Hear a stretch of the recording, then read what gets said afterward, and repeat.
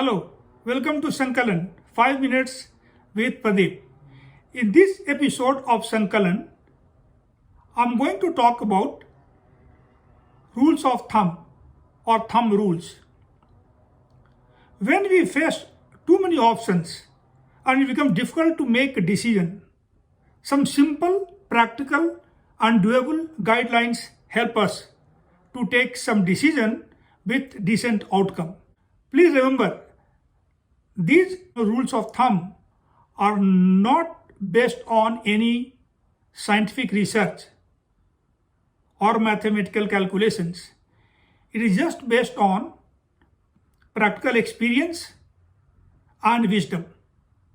So I will be giving some practical example in this episode to make it more clear. Take for example, the rule of doubling your money, and that we call rule of 72. So when you want to make your money double, then this rule will help.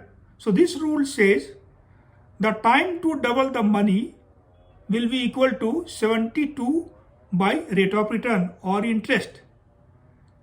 So if you know the rate of interest somebody promising is 10%, it means it will take 7.2 years to double the money.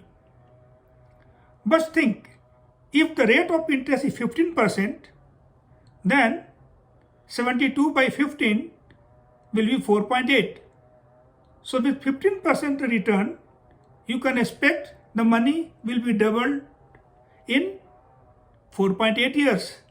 So this is very simple. It's not like it's going to be exactly 4.8 years, but it gives you some idea that it will take around approximately 5 years to double the money. Take another example. Rule to triple your money.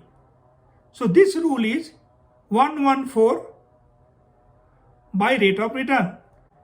Another example, rule of quadrupling the money or to make it 4 times.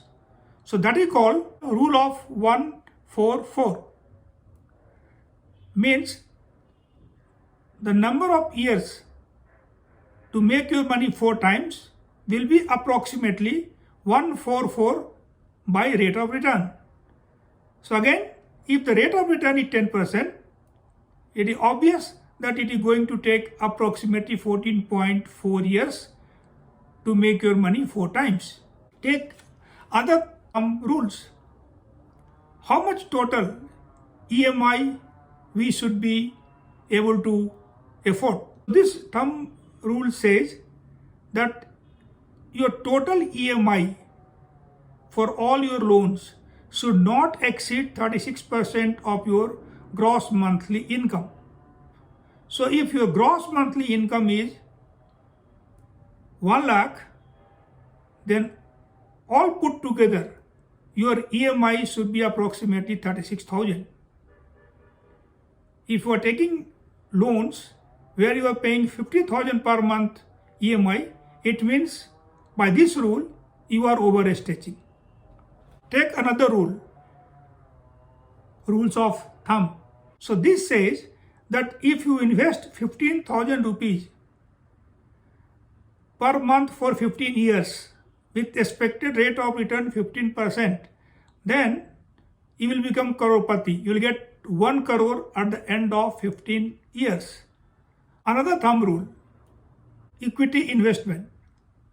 So many times you find that people are spending either too much or too less in equity investment.